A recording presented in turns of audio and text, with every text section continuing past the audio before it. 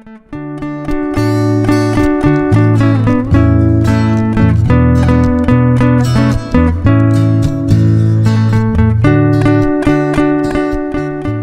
pendidikan, Bapak dan Ibu sekalian, kami berharap banyak sebenarnya, Pak Ustadz, di pendidikan agar lebih banyak muncul inovasi ini karena memang unit-unit kita banyak.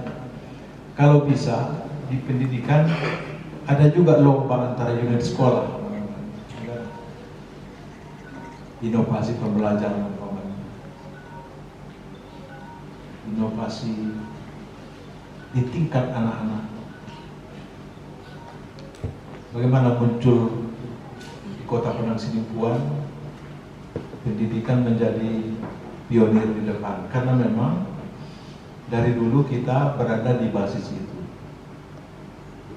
Tahun-tahun ke depan kita berharap akan ada geliat di pendidikan dan kalau bisa akan menjadi contoh, menjadi studi banding di dongan-dongan daerah lain di Kota Penang Sinimpuan. Nah, untuk mewujudkan kota yang berkarakter dan sejahtera, bersih dan aman atau visi Kota Penang Sinimpuan itu salah satunya adalah dengan mewujudkan pendidikan yang berkualitas. Dan salah satu cara untuk mewujudkan pendidikan yang berkualitas itu adalah dengan melakukan inovasi dalam model pembelajaran. Di dalam hal ini, inovasi itu adalah model pembelajaran menulis berbasis kearifan lokal berorientasi karakter. Model pembelajaran merupakan salah satu faktor penting penentu keberhasilan proses belajar mengajar.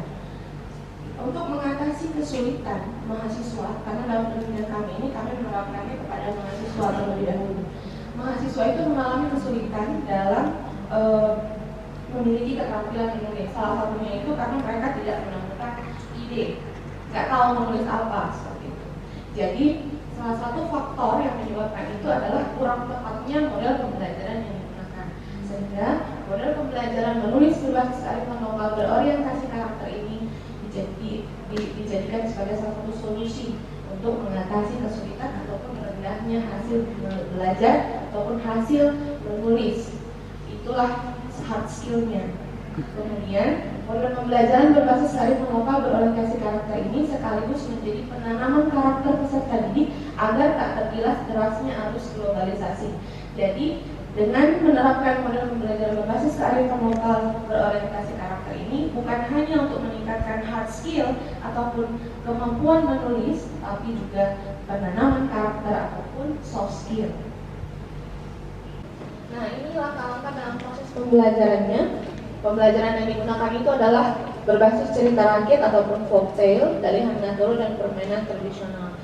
Menambahkan informasi, alhamdulillah tahun ini penelitian kami juga kembali memenangkan hibah dari Dikti.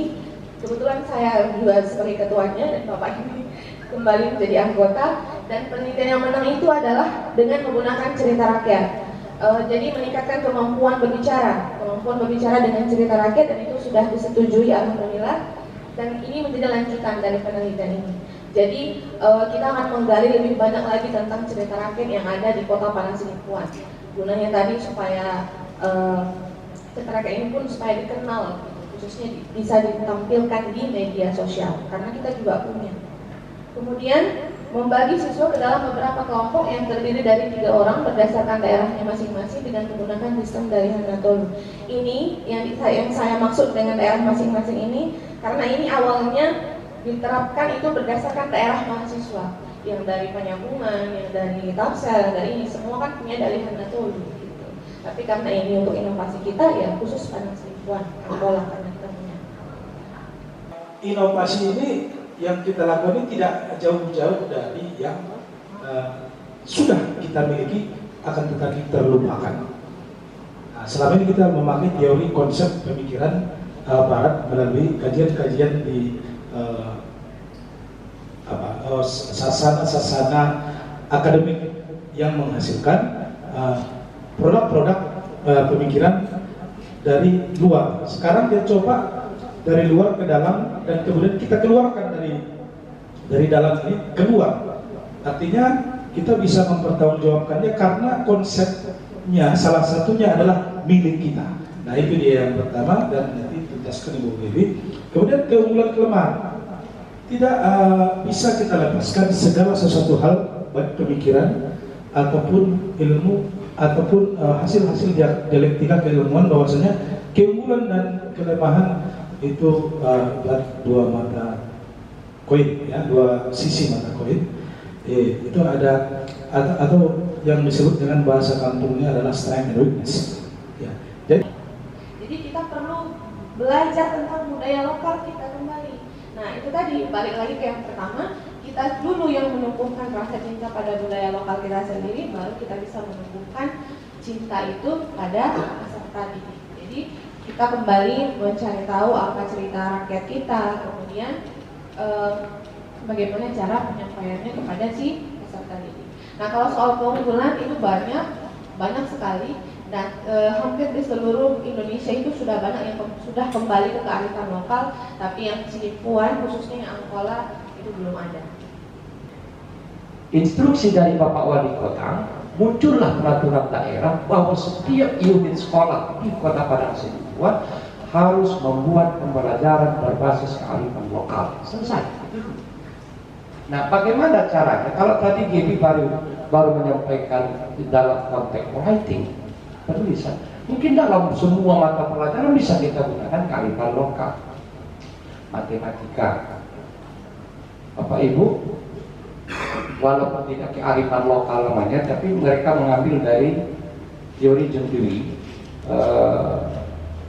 Surya Institute yang pernah dulu kita bersama dengan mereka masa pimpinan Pak Rosak. Kebetulan saya yang langsung ke Surya Institute Jakarta. Surya Institute ini adalah seorang profesor fisika, Profesor Surya. Iya, Profesor Surya.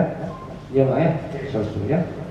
Justru yang dia ambil dari Papua itu bukan anak-anak IQ tinggi, anak IQ yang rendah. Dilatihnya di yayasan dia itu ternyata pemenang Olimpiade internasional. Karena asumsi dia adalah tidak ada anak yang bodoh kalau memang mereka dididik secara benar. Nah, ini pun ketika kearifan lokal ini mau kita bangun, tidak bertentangan dengan model lain. Katakan misalnya jigsaw, si ibu menggunakan jigsaw, di-combine dengan kearifan lokal. Ketika mereka berkelompok, bisa saja kita bikin kelompok Moran, bisa saja kelompok anak Boru, bisa saja kelompok Kahangi, bisa saja kelompok Suhut. Tinggal bagaimana mereka membangun kesepakatan di dalam istilah partahiyah. Sebenarnya kata kearifan lokal ini kan dua bahasa, ini arif bahasa Arab, lokal ya lokal, diterjemahkan ke dalam bahasa Inggris menjadi local wisdom. Wisdom ini adalah kebijaksanaan. Jadi arif berasal dari kata arafa yu'arif arifan ma'rufun. Jadi kalau masuk bahasa Arab, jadi kata arif itu bijaksana. Terjemahkan ke dalam bahasa Inggris jadi local wisdom. Bagaimana si guru itu secara bijaksana memanfaatkan unsur-unsur kedaerahan untuk dalam proses pembelajaran. Makanya kelemahan kita nanti di situ. Apakah gurunya ini siap?